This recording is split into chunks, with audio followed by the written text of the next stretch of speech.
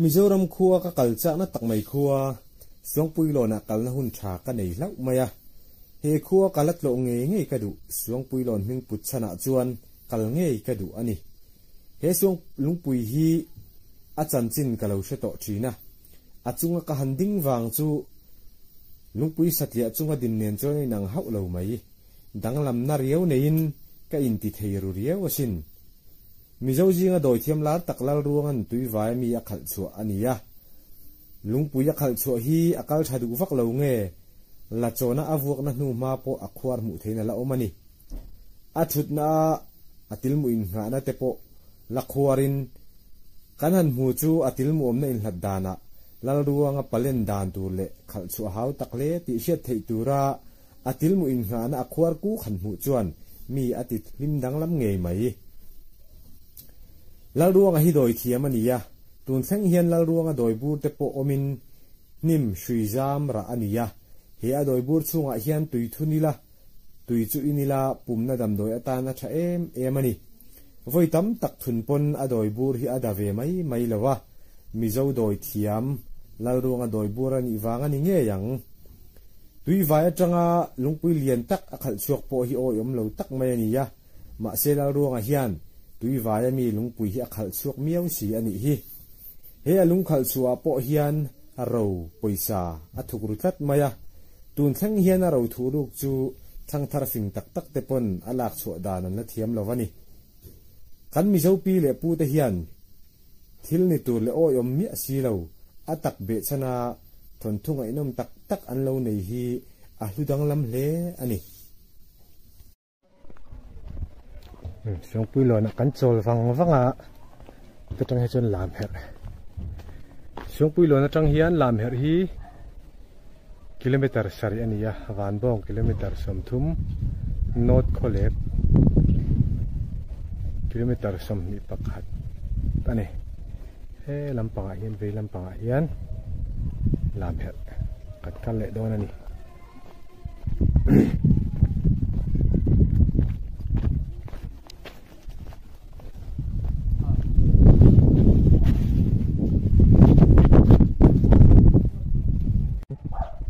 dak ni le minute somnga panga ne tuna hian suang puilo na kan oma una pajola kan ngak bek ani tuna hian koi la nge lo thlen tong kan shemi lo lawen sat chho ba bab mai theya o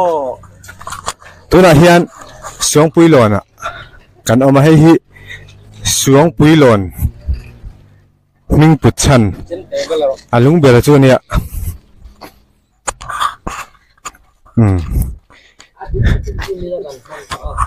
kapu hi suang puilon hung putchan an tia hei eng tia mai nge hela hian history kha anem enge lal ronga nu chua tui vai mi nu chua an ti khan ma kan riat ve dan mo lal ronga nu chua mo enge a nu ma dang te men ama hian le o atil nga na te la chona vo na te chua khian a oma o atil nga la chona vo na lai mi hi apon se tu nan ni an ti le mo hei eng mo hei hi a paisa thuruk na ani mo chuan atil nga na chu khoi la nge lal ruang atil nga na hei hi la chona vo na ni an tia mo bong ngai na khal chuaka choin la choni na vuwa heng he vuak na hnu ma ti na ni mo em ya khwara hiang ma atil nga na anti hei lal ruwa til nga na ni na pa lian viau niang hei athunga heta hian atil mu pakhat ve ve omani oma lal ruwa chu palian tak aniang ti chorin thei mai ni alo na hei siong puilo na kan kala hei siong puilo hing putchen ania hei ka pu hi lo om rem cha ho ke ni jon anila hei kher khol chop mai me mokan ti mai theya mai ro chu lal ruanga lung hi tui vai tangin a khal chuaka achunga te poina thu chola niang hela he til mu nga na antia ni til nga na antia ni heng hi heng lai thu sung hi la chona hei hi kapu ahlim na nge avuak na nge la chona vuak na ti top kha kan riat dan chu ni ve mai la chona avuak na tia a khal chong a bong ena khal chong a kal ro ti nga kal thadu lo nga vuak na nu ma te po ani tura nga ila kulai kha a poisa thuruk nan tia mi poisa thuruk nan thi a poisa te po om lo ka han kher sin do man lo hela hi poisa thuruk na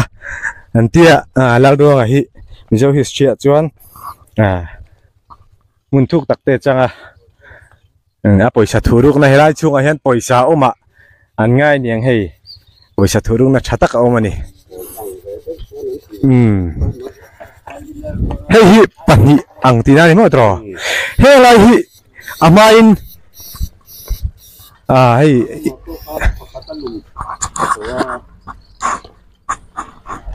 lai mi hian lum bo to mo amain pathum ang dein om tina ni mo ni in del che po hi lung pui tho so po so lum le kan lo he la hian lung remin kan do mo hi library an sak na na he ti top hian am se la lu su sam chu ni ani si hing ka lo zot mi lo cha tu nge chuan mo ya ani chi kan lom le tu ka helai lo om rem changa song pui lo na hian kan chen nu om tei te ina hei thing pui ron in rawati kan han chol lu ta thing pui ti tak kan ina ro zui le mai don ni thing pui kan in zawa lo mom khop mai hei thian ni mana om khop mai